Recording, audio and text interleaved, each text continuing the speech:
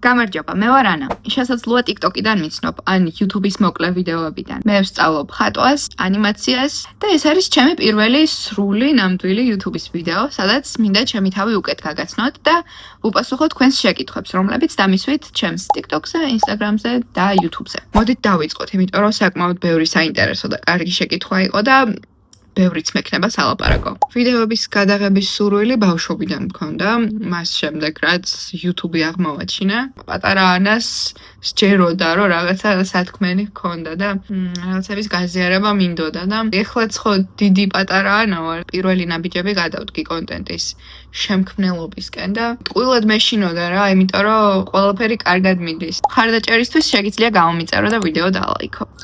სხვათა შორის ჩემი მომავალი პროფესია და საქმიანობა დღევანდელი უკავშირდება ხელოვნებას, ისევე როგორც ჩემი ბლოგი. ვარ მომავალი ხელოვნებათმცოდნე და ასევე მაქვს სტარტაპი ჩემს შეყვარებულთან, თორნიკესთან ერთად. დაახლოებით 1 წლის წინ დავაარსეთ მსოფლიო გალერეა. თავდაპირველად დავიწყეთ ხელოვნებაზე სტატიების წერა, ნამუშევრების განხილვების წერა და ახლა ვამზადებთ სამუზეუმო ხარისხის ბეჭდურ რეპროდუქციებს, ამებს. საკმაოდ დიდი კატალოგი გვაქვს შექმნილი, გვაქვს ჩვენი ვებგვერდი, ონლაინ მაღაზია და ჩვენ თვითონ ვევტკბებით, სხვებსაც ვატკბობთ. მთელ სულს და გულს ვდებთ რა ამ საქმეში. ძალიან გვიყვარს ხელოვნება და გვიხარია, რომ პატარა წვრილი მაინც შეგვაქვს ნამდვილი კარგი ხელოვნების პოპულარიზებაში. ნელ-ნელა წინ მივიწევთ და ვითარდებით. საერთოდ ძალიან მიხარია, რომ ცხოვრებაში დღეს ვაკეთებ ყველაფერს იმას, რაც ჩემთვის საინტერესოა და რაც მიყვარს.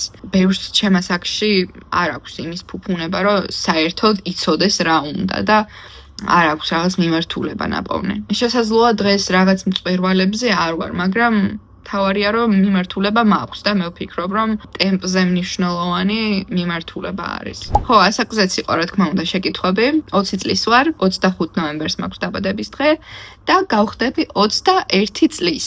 ვარ თბილისიდან, ვცხოვრობ თბილისში და იმედია მთელი ცხოვრება თბილისში არ ვიცხოვრებ. იმიტომ რომ ძალიან მინდა სოფელში ცხოვრება, ბუნებასთან ახლოს ყოფნა. ნიკამ ჩამოწერა რამდენიმე კარგი შეკითხვა და მოდით ახლა ვუპასუხებ ესე გულიანად. პირველი შეკითხვა, წარსულზე ბევრი რამის თქმა შეიძლება, მაგრამ მგონი არ ღირს. ჩემი აწმყო წარსულისგან რადიკალურად განსხვავდება და ძველი მე რომ ხედავდეს ახლა, ალბათ სიხარულისგან იტირებდა.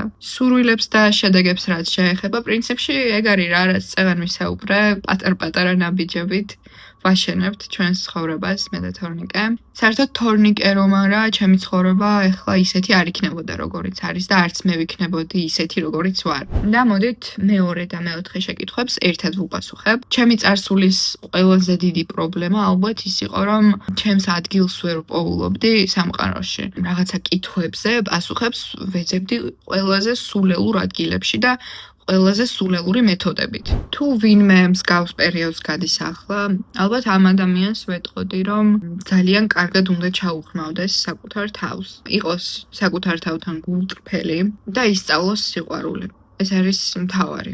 რეალურად სიყვარულით შეგვიძლია დავუხვეწოთ ჩვენი თავები. ჩვენი შინაარსი და შინაარსი ფორმაზე ბევრად მნიშვნელოვანია ჩემი აზრით. მარტივად რო აგიხსნათ, ნაკლები უნდა იფიქროთ იმაზე, მაგალითად სიტყვაზე, რა ზომის მაისური გაცვიათ და უფრო მეტი უნდა იფიქროთ იმაზე, თუ რა ზომის სიკეთე და სიყვარული არის თქვენს გულებში, ანუ ეგ არის და ეგ რა, შენს თავზე მუშაობა. აი მარტივად რომ ვთქვათ და არასდროს არ შეადარო შენი თავის სხვებს, იმიტომ რომ ყველას თავისი ტემპი აქვს ცხოვრებაში, ყველასთან მიდის რაღაც წარმატება და ყველას აქვს საკუთარი დრო. ყველას ცხოვრება განსხვავებულია, ყველას ინდივიდუალური გამოცდილება აქვს მისაღები და თუ დავნებდებით, არ გვეცოდინება, როდის იქნება ეს დრო და ვერ მივაღწევთ ამ წარმატებას და თუ არ დავნებდებით, ადრე თუ გვიან მოვა ეს წარმატება რა. ხო, პროფესიაზე მოგიყევით, მომავალში რა მოხდება არ ვიცი, მაგრამ ამ ეტაპზე შემიძლია ხელოვნებაზე გესაუბროთ და მოგყიდოთ ხელოვნება.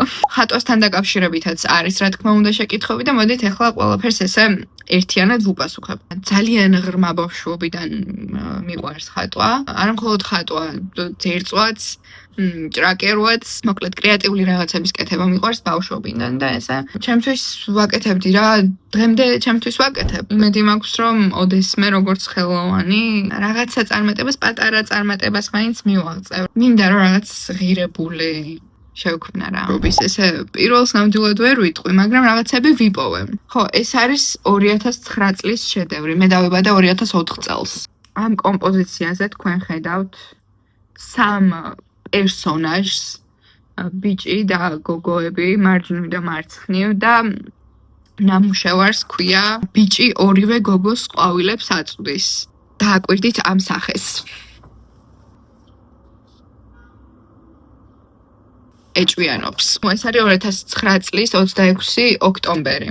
ესე იგი ვიყავი 4 წლის რა, ჯერ 5-ის არ ვიყავი გამხდა. ერთ თვეში 5-ის გახდა.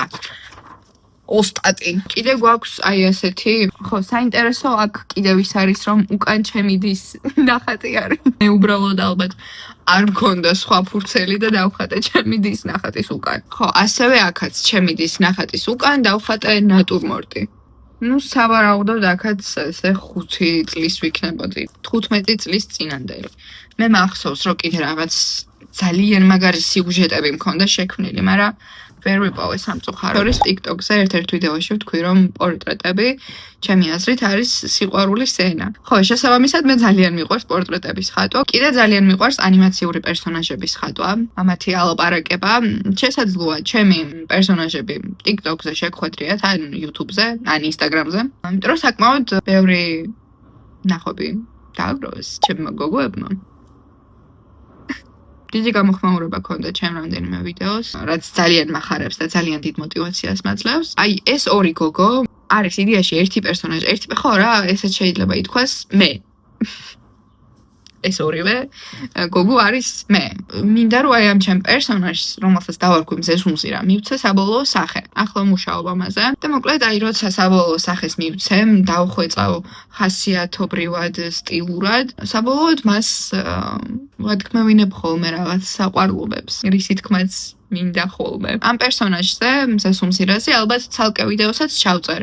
მოგიყვებით რას როგორ ვაკეთებ და თუ სურვილი გექნებათ, პატარა რაღაცა მარტივი ანიმაციის გაკეთებასაც გასწავლით. დამიწერეთ კომენტარებში თუ გაინტერესებთ და აუცილებლად გადავიღებ. ლილემ დასვა ძალიან კარგი და საინტერესო შეკითხვა. ამაზე ძალიან ბევრი შემიძლია ვილაპარაკო, მაგრამ ვეცდები მოკლედ და მარტივად ავხსნა. ჩემი აზრით, მეგობარი არის ადამიანი, რომელიც მეორე ადამიანს უდგას გვერდში ყოველთვის.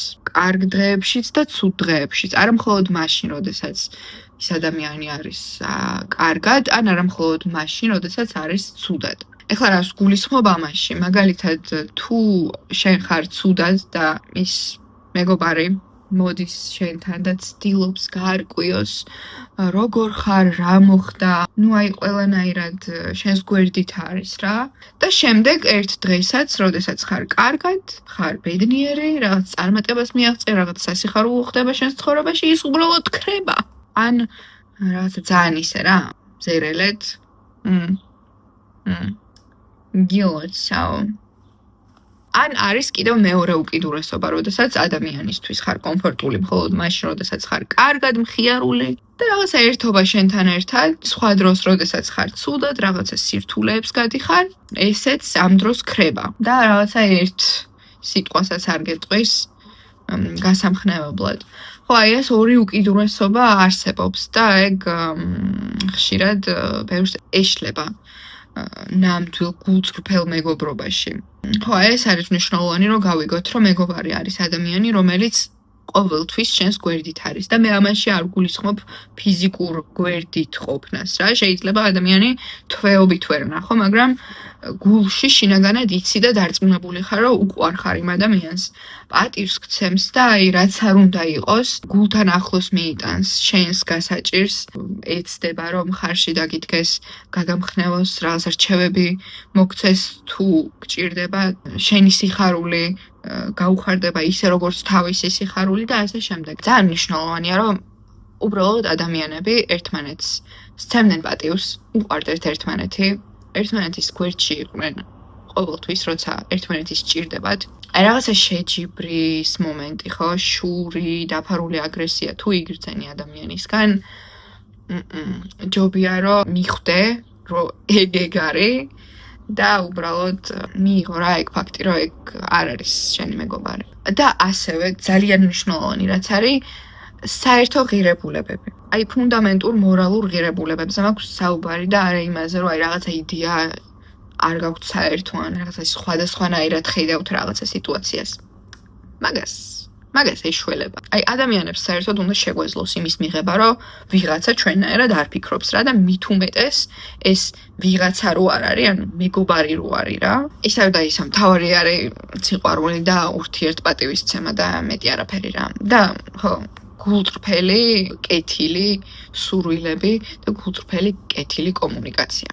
კეთილი კომუნიკაცია არ ვიცი რას ნიშნავს, მაგრამ ხო კარგად ჟღერს. განსხვავებული და გამორჩეულად ლამაზი ყვავილია მზესუმზირა ჩემი აზრით. ცხოვრებაში ბევრ რამეს მე აღვიქვავ როგორც სიმბოლოს. და ასე არის ჩემთვის მზესუმზირაც რა, რაღაცა სიკეთისკენ, სინათლისკენ, სიყვარულისკენ მუდმივი სწრაფვის სიმბოლო. ხატვა და ზოგადად ხელოვნება ჩემი აზრით არის აი წმინდად ემოციური რაღაც. აი ადამიანური ემოციების ხორცშესხმა, მარტივად რომ ვთქვა. და ჩემში ეს ემოციები იმდენია, რომ თუ არ დავხატე რაღაცაში არ გამოვუშვი, გავგიჟდები. მე არ მინდა რომ გავგიჟდე.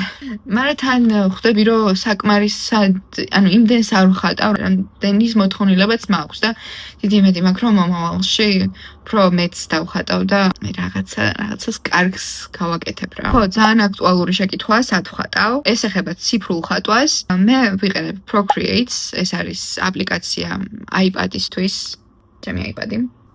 Apple-ის iPad-ზე არის სამწუხაროდ მხოლოდ ეს აპლიკაცია, ღირს დაახლოებით $15 ერთჯერადად, ანუ ყიდულობდა გაქვს, ყოველთვიურად არიხდი. კარგი პროგრამაა, ცუდს ვერაფერს ვერ ვიტყვი, კმაყოფილი ვარ და Procreate-საც გეგმავ მომავალში ვიდეოების ჩაწერას და ეგეც დამიწერეთ თუ გაინტერესებთ. ასე და ამგვარად ჩემი ვიდეო დასასრულს მიუახლოვდა. თუ აქამდე მიყურე და მისმინე ძალიან დიდი მადლობა და მხარდაჭერისთვის თუ გამომიწერთ და ვიდეოს დამილაიქებ, ძალიან გამახარებ. მადლობა, გიგზავნით ვირტუალურ ჩახუტებებს.